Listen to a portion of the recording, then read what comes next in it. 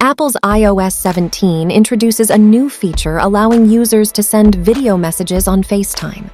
This feature is aimed at providing an alternative to traditional voicemails, which are often avoided by younger generations.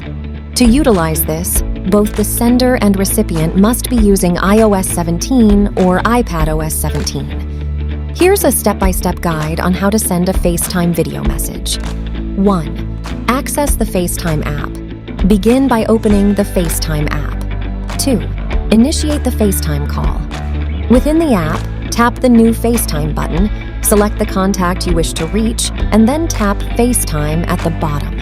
If there's no answer, you'll see a notification that the contact is unavailable, along with 2 options: call again or record a video message. 3.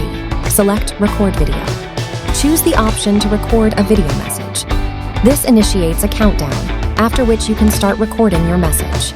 4. Send your video message.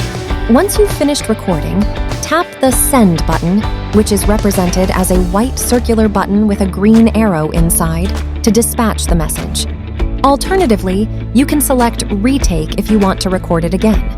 There's also an option to save the video message directly to your camera roll or to cancel sending it.